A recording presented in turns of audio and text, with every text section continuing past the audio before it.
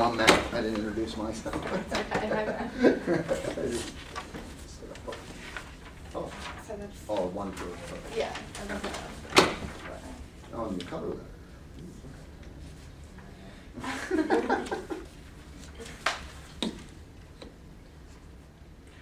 You wanna do your? Sure.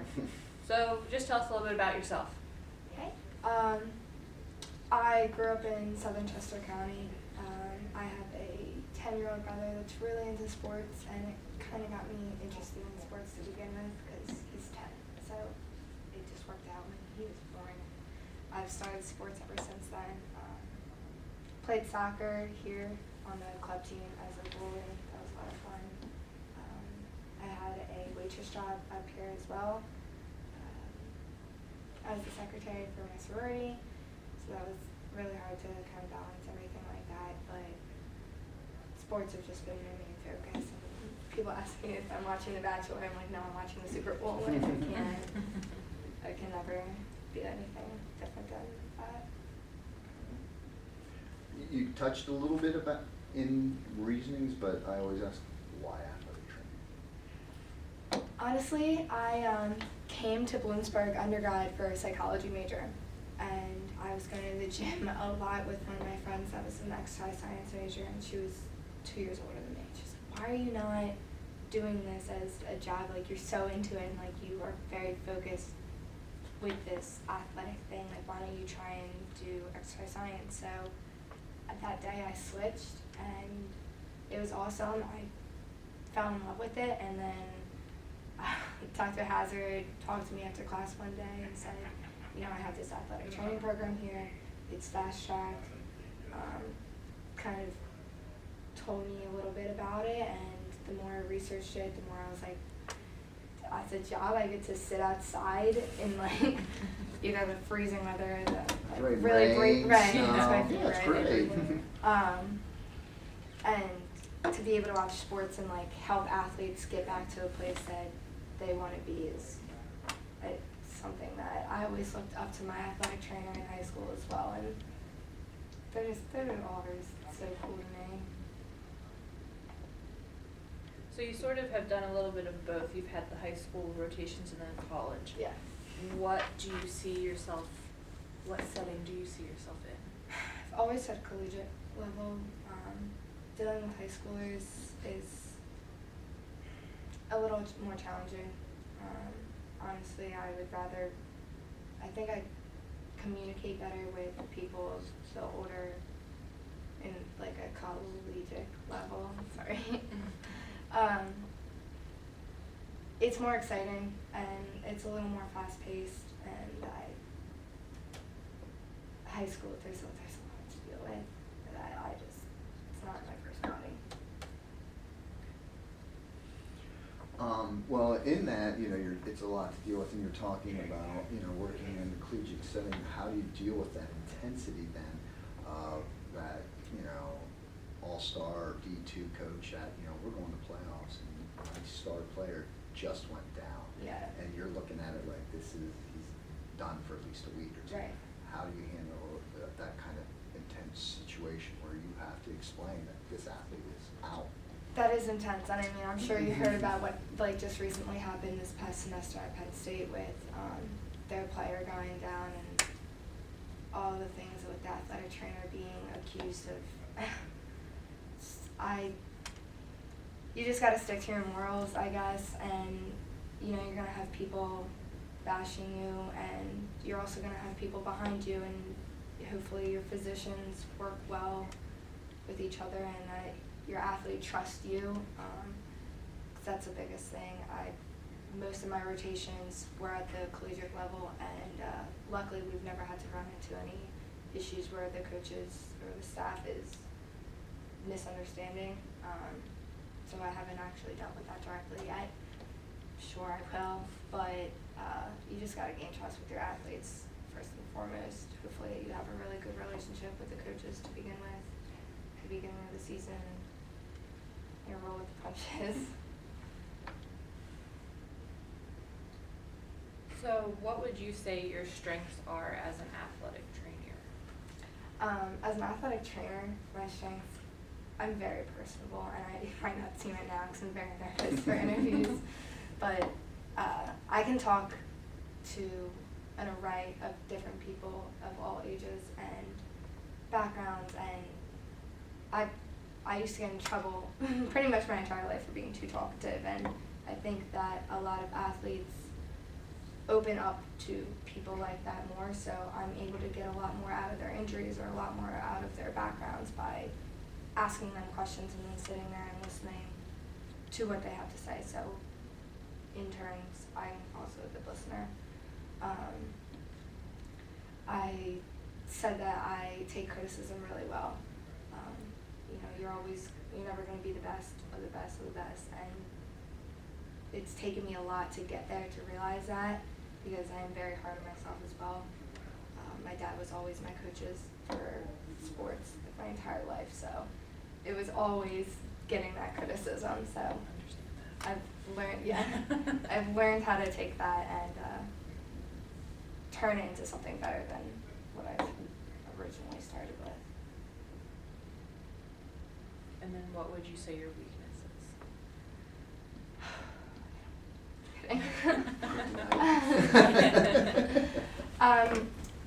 I'm a multitasker, and sometimes I feel like I can take too much on at one time, and it can become a little overwhelming for me. Recently, especially over the past year from grad school, I've learned to take a step back and kind of prioritize things and like breathe and just realize I don't need to be doing all this, but I just like to stay busy. And I guess when I'm starting a new job, I can ask a lot of questions and it can come off really wrong at first, but I'm just trying to be thorough and become more independent in my role. Yeah, as it doesn't say, there is one of the things as a veteran here, and Hannah's starting to get up there with me. No, for doing this for 20 plus years, one of the big things, and I see it more in our newer hires, and that is that work-life balance. How do we time manage? How do we handle that? It says on our schedule we're done at 7. Well, coach just decided to extend practice because the guys or gals aren't participating like they should, or that last-minute injury, and now you're going to be there actually because you got to make phone calls and deal with that. But we also need that me time, so right. to recharge. Right. How do you handle that time management, that work-life balance? Well, it's hard to sell your soul for a job, to be honest, but I'm learning from athletic training. I mean, you are absolutely at the mercy of coaches and at the mercy of the wind. The wind, yeah, honestly, and it can be a challenge sometimes. But if you love it, which I do, you work with it, and you just look forward to opportunities like that where you can learn more about an athlete or about another injury. It's hard. I want a boot, and I would like to go out on that boot once in a while, but in season's always going to be hard, preseason's always going to be hard, but it's part of the job, and I guess I've become accustomed to that throughout these past few clinicals. I'm going to follow up just from something, we've talked about that, you would really like to get into that collegiate setting. Mm-hmm. Maybe that's a 5-year, 10-year goal aspiration. I don't know exact numbers, and it's making me think, I want to find this out for me personally. There's probably out there in athletic training more, unfortunately, high schools than there's colleges. Mm-hmm. How would you feel? I mean, like, we at Geisinger probably have 4 colleges. That would be actually 4 or 5 colleges, if you don't include our club sports affiliation that we work with. Thank you. That we have contracts for, but we probably have 23 to 26 school districts, high schools districts that we work with. How do you feel about a situation like that, where you may get into a program where, listen, I need experience, and unfortunately it's just high school? That happens. I mean, I thought about applying to my high school as well. It's not a bad situation, and I wouldn't mind it. It's not the goal. I Right. mean, I'm realizing I'm 23. I'm not gonna have my dream job at 24. It's just not gonna happen. And you know, sometimes it would be a positive to work at a high school first and just learn with these younger kids more and more injuries, and you know, hopefully that would have an affiliation with a hospital back at home, like Chester County Hospital or Penn Medicine is what, you know, home is for me. So I want to work in a clinic full time, but the high school wouldn't be a bad thing. I mean, I would do it. I'm sure I'd love it. You gotta find positives in everything. Correct. Correct. Correct. You deal with it or you Yeah, you don't, don't. yeah. Alright, so question is, in your athletic training bag, if you had to pick one item in that bag that describes you, what is it and why? Well, maybe the gauze, because my life can be really messy sometimes, honestly, especially right now. I have a lot going on, but you clean it up and it soaks up, and you have enough. You just keep having enough and cleaning it up, and eventually it starts bleeding.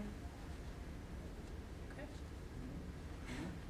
All right. Do you have any questions Yeah, for that's, us? yeah, as you know, people who both work collegiate college, or, Yeah. collegiate and college, collegiate high school and clinical settings, do you have any questions for us? I mean, I would love to ask about experiences or like super exciting things. My life is not exciting. I guess the hours, how different is it with high school and college? Because I've worked both. The only positive, no, I don't know, Central's different. When I first started, we weren't allowed to have Sunday practices. So I knew as a high school athletic trainer, I'd always have my Sunday. yeah, Sundays are great. Yeah, no, I'd always have my Sunday and my major Right. holidays. Okay. Just because nobody participated then. Now, Mhm. I know Central's Yeah, different in that so you can have we- Sunday practices. Yeah, so we're able to, that's where you sort of have to establish that, like we talked about, that work-life balance, Right. and have the good relationship with your coaches. Because, I mean, you're working 40 plus hours a week. So I always just explain to my coaches, like, Sunday is my day. Like, it is my day. I need it to reboot for the rest of the week because I'm Need to there watch Monday NFL. through Saturday. So I am on call if absolutely necessary, but pretty much most of the stuff that happens in practice can wait till the next day. So you are on call. I tell them that if they need to call me to ask me about something, they can. Okay. But Sunday is my day, like I'm not physically gonna be there. So do you give your athletes your phone number? Or is there, like, It's a should very they let them? it's a very hit or miss on who it does, but like if I'm doing, like I have an ACL patient right now, so she has my number. Okay. So she can communicate Okay. with me after she had surgery. Right. But no, not all of my athletes have my number because Okay. I don't need them calling me at 3 a.m. Well, it's, Right. you know, when I worked in a high school setting too, I gave head coaches, or I would give mom or dad if I had an athlete that. Had- but was I would- injured, But like, I would never give Yeah, my number to a correct. high school kid because Right. they would text you at weird hours, and, you know, you'd get a kid who felt like he was a little too close to you, and he would text you On a jokes. Saturday night. Yeah, that we Yeah, don't- Yeah, we don't so do you that. just deal with that, and Right. like, I've had that someone will like text me at like 9 o'clock and I'd be like, nope, hours are closed, ask me tomorrow. Yeah. Okay. Now, in the collegiate setting, I didn't have that choice. Okay. They You know, all get I worked at Susquehanna University, but also I didn't have a choice to say, I'm free Sunday, Mhm. that's my day. And we didn't have that choice. Mhm.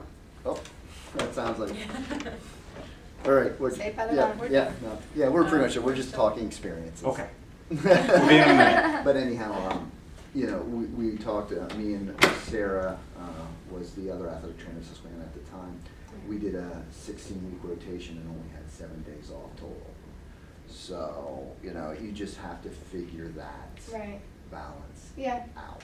Yeah. And what's more important to you, like, so I think, Yeah, because I mean, even when I was in college, when I worked with football, we still got one day, even as a student, but it wasn't Sunday. Like, Oh, it's Monday and you have classes, Well, it was so like. it was Monday, and like there was 4 of us that worked football. 2 of us had Monday and 2 of us had Friday, because Friday was walkthrough day, so 2 people had Right. Fridays off. But so it just sort of depended. Like you get your days, but they're not what you might want. You just have to take it. Yeah. Like if you think as a Yeah. high school athletic trainer, like you have most of the time you have mornings off. So like that's when you have to get all your stuff done. Right. That's when you have to make your me time, your prioritize. Yeah. Like sometimes it can't be like unfortunately like most of your friends are gonna be the 9 to 5 job and they're like, oh, let's go get dinner, and it's just like, yeah, no. Like Right. unless you want to get Right. dinner at 9 o'clock, Right. sure. Right. But like that's where you sort of have to prioritize. But like if you Yeah, have that's that, you know, you have that night where you're gonna be done at 6. Mhm. Like I always let my coaches like I'm done at 6. Like yes, if there's an injury, we have to take care of it. But like I'm out the door at 6. Like I'm Right. not sticking around. I'm going to go do something. Right.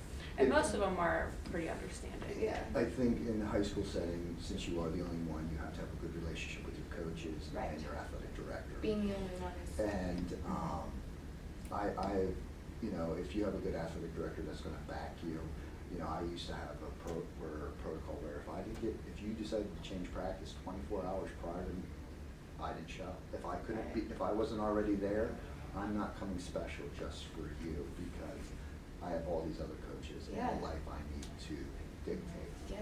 So a lot of it has to be communication. That is your major key. For sure. Well, and I think that's anything in life. If Right. you can communicate in life, you can at least get ahead. People Yeah. understand. We've all been there. You gotta And it's, say what yeah, you want or else it's it's not gonna communicating and happen. sort of setting your boundaries, because if you give them an inch, you know, if anything, they take a mile. Coaches Oh, are yeah, mavericks. especially right. Coaches are mavericks. Yes. So, all right. Well, it was nice meeting you. Oh yeah, so nice meeting you guys. Mhm. Appreciate it. Yeah, Ryan. good luck. Thank you. Try to stay standing.